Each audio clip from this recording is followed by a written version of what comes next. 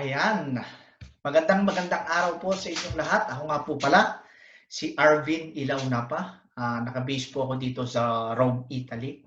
At ngayon pong araw na ito, napaka-special po dahil gusto ko po talagang maturuan ng marami po nating mga kasamahang mga OFW, no?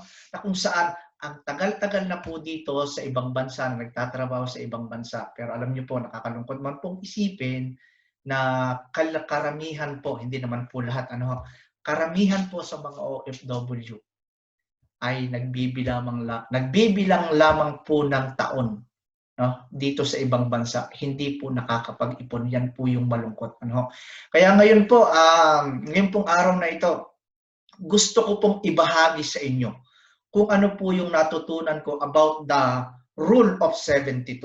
Kasi dito po sa Rule of 72, malalaman po natin kung papaano po tayo makakapag-ipon ng tama, kung papaano po tayo hindi i-scam, no? Dito po natin malalaman na ang formula ay kailangan alam po natin.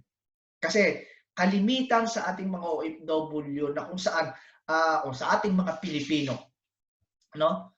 Human nature na po nating mga Pilipino na kung saan kapag ka narinig po natin na ang laki-laki ng interest na ibibigay ng isang tao na iyon o nang sabihin na natin na ng isang company na iyon without knowing na yun po pala is scam, no? Pero dito po sa Rule of 72, malalaman po natin, no, kung kailan magdodoble yung perang ininvest natin or inutang natin. Yan. So ngayon pong araw na ito, ibabahagi ko po sa inyo ang Rule of 72 na kung saan ito ibinahagi sa amin ni Albert Einstein, no? Siguro naman po kilala po natin si Albert Einstein. So gusto ko pong i-share sa inyo ang Rule of 72. Okay? So mag-share screen po ako. Ayan. At gusto ko pong ipaunawa sa ating lahat, no? Gusto ko pong ipaunawa sa ating lahat na meron po talaga tayong dapat malaman na kung saan kinakailangan natin na maunawaan, maintindihan ang kahalagahan ng Rule of 72. Actually, kahit po ako, no? Kahit po ako dati, hindi ko po alam. Ako po ay nakapag-aral ng kolehiyo. At ang akin pong naging kurso ay Bachelor Science, major in marketing, no? Pero gusto ko pong ibahagi sa inyo ang kahalagahan nito. Okay? Sa Rule of 72 po, ito po yung tinatawag nating Rule of Money. Yan. Para po malaman natin kung kailan magdodoble yung pera natin, no? Ang 72 po ay given and then i-divide natin yung interest rate na ibinibigay sa atin ng isang vehicle, no? Or ng isang company para malaman natin kung kailan magdodoble yung perang ininvest natin. Okay? So, kung bibigyan ko po kayo ng isang example, yan. Bibigyan ko po kayo ng isang example. No? For example, banks give 1%. No? So, sinasabi natin na ikaw, halimbawa, may savings ka sa isang bangko. No? At ang ibinigay sa iyo ni bangko ay 1%. So, sana po malinaw. So, i-divide natin ngayon, no? Dahil sa Rule of 72, yung 72 ay given and then the interest rate ay ating i-divide doon sa 72. At magkakaroon siya ng equivalent na 72 years to double your money. No? For example, ikaw ay 20 years old. No? 20 years old ka, meron kang 10,000 pesos. So, sa 10,000 pesos mo, bibilang ka ng 72 years para magdoble yung pera mo. Okay? So, 20 years old plus 72 equals 92 years old ka bago magdoble yung pera mo. Kung 1% ang napaglagyan mong vehicle. Okay? So, kung 20 years old ka, meron kang 10,000 plus 72 years equals 92 years old ka bago magdoble yung pera mo. Kung 1%. Okay? What if? Yan. punta po tayo doon sa another example. Okay? Sa another example, ay gusto ko pong malaman ninyo. No? Gusto ko pong malaman ninyo na meron po halimbawa kayo ay binigyan ng 4%. Ayan, 4%. Binigyan ka ngayon ng isang vehicle ng 4%. So 72 divided by 4 equals 18 years para magdoble yung pera mong ininvest or iyong inutang. Parehas lamang po yan ang formula. Yan po ang palagi po nating tatandaan.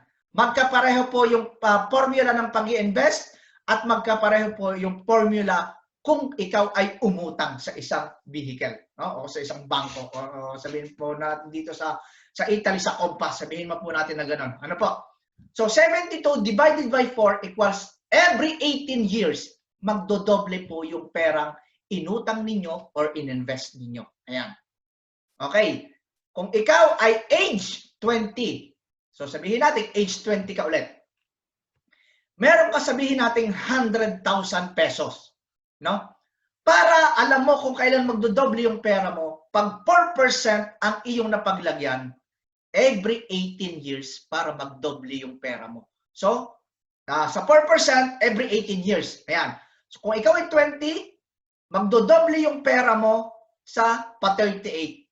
Ibig sabihin, every 18 years. Okay? Kung may 100,000 ka dati, magdodoble yan sa 38 years old mo kung ikaw ay 20 years old dati. No? So, every 18 years. Ngayon, another 18 years, 56, magdodoble yung 200,000 pesos mo sa 400,000 pesos. Ayan. Okay? Ngayon, kung halimbawa, no, mas nakakita ka ng mas malaki ang interest sa isang vehicle, no, interest rate na ibinibigay ng isang vehicle, for example, 8%. Yan. So, i-divide lamang po ulit natin yung 72 sa 8% na ibinigay sa iyo ng isang vehicle. So, 72 divided by 8, every 9 years magdodoble yung iyong ininvest or iyong inutang. Parehas po ng formula yan. No? Ayan. Example, 20 years old ka ulit. No? Kasi ayan yung ating pinagbabatayang edad. No? 20 years old, meron ka ulit 100,000. No? Ngayon, para malaman mo kung kailan magdodoble yung iyong perang ininvest or iyong inutang, every 9 years. No? So 20, magdodoble yan, 29 years old ka. So every 9 years. 38, magiging 400. 47, magiging 800. 56, magiging 1.6 million. Ayan. Every 9 years po kapag 8% ang inyong napaglagyan na vehicle. What if na mas meron pang mas mataas dyan? Sabihin na natin, 12%.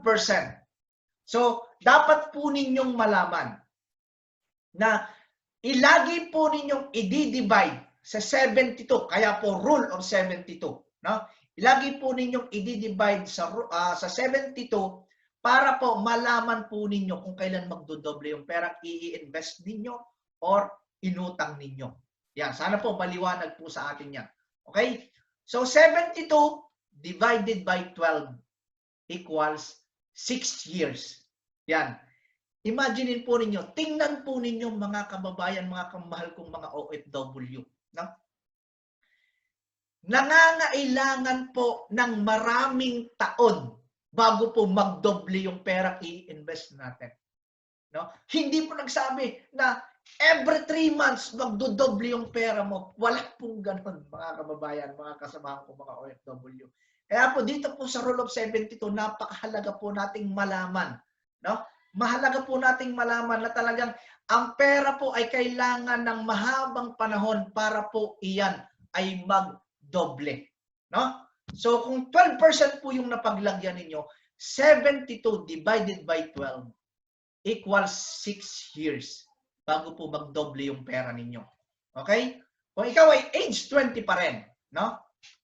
Age 20, no? Meron ka ulit 100,000 pesos. So every 6 years, magdodoble po yung inyong pera. Every 6 years, yung 26, 200,000, 32, 400,000, 38, 800,000, 44, 1.6, 50, 3.2, and then pagka naging 56 years old ka, 6.4. Ganyan po kabilis, no? Ganyan po kabilis kapag 12% every 6 years. Yan po yung atin pong palaging tatandaan. No? Bibigyan ko po kayo ng isang situation. Bibigyan ko po kayo ng halimbawa ng isang situation. For example, binigyan kayo sa 4%. Halimbawa, sabihin na natin, binigyan kayo ng bangko ng time deposit. No? At binigyan kayo ng 4%. Ayan po. So, sabihin na po natin, binigyan po kayo ng 4%. Ako po, hindi po ako against sa banks. Kasi, dyan din po ako naglalagay. Pero ang gusto ko pong ipaunawa po sa ating lahat, kung paano po talaga kailangan mag-grow yung pera natin. No? Halimbawa, sa 4%, binigyan kayo ng time deposit ng isang bangko. No? Meron kayong 100,000 pesos. Ayan po. So, nagkaroon po kayo ng agreement, no? Na 4% ang ibinigay sa inyo, no? Sa time deposit. Pero pang 100,000 pesos ngayon. Okay? So, yung 100,000 pesos mo ngayon, ibinigay mo ngayon kay bangko at i-deposit mo ngayon. So, pagka sinabi pong 4%, every 18 years, magdodoble po yung pera ninyo. Okay? So, yung 100,000 pesos mo, ibinigay mo ngayon kay bangko, tumalikod ka na. Ang tanong, yun po bang 100,000 pesos nyo ngayon ay iiwan lamang ng bangko doon sa vault? Yan po ang isang tanong. So, syempre po hindi.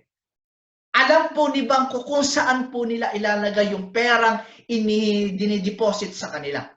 Alam po nila. So, kung halimbawa, pagtalikod mo, yung 100,000 pesos mo, inilagay naman ngayon ni bangko sa 12% interest. Di po ba? Sa 12% interest, inilagay niya ngayon. So, ngayon, no? 20 years old ka niya. Pagdating mo ng 56 years old, kukunin mo na ngayon si pera. Tuwan-tuwa ka naman. Oy, 400,000 yung nakuha ko. Di ba? Siyempre, 100,000 pagdating mo ng 56 years old, naging 400,000. Siyempre, alam natin na tumubo yung pera natin, which is good. No? Pero ang hindi po natin pala alam, na inilagay pala ni bangko sa 12%. No? Yung 100,000 mo pagdating mo ng 56 years old, 6.4 million. Ibinigay sa iyo ni bangko yung 400,000. Tuwa tayo. Pero, ang hindi po natin alam, mas kumita pa po pala sa atin yung napaglagyan natin ng vehicle. Which is, ang kinita po niya doon sa pera natin, 6 milyong buong-buo. No? At sa atin, ibinigay lang putal. No? Yun po ang kailangan po natin mga malaman, mga kababayan. No? Kaya po, kung tayo po ay gusto natin mag-grow yung pera natin, no? Kailangan po natin alamin ng tama ang Rule of 72. Kasi ito pong Rule of 72, yan po yung makakatulong sa atin para po hindi po tayo ma-scam. No? Ito pong Rule of 72 na ito ang tutulong sa atin, gagabay sa atin para po sa magandang sabihin natin pag-i-invest. No? Malalaman natin kung kailan magdodoble palagi yung pera natin. Okay? So, dyan lang po muna. Maraming pong salamat. RB na po ulit. Once again, from Rome, Italy. Maraming pong salamat.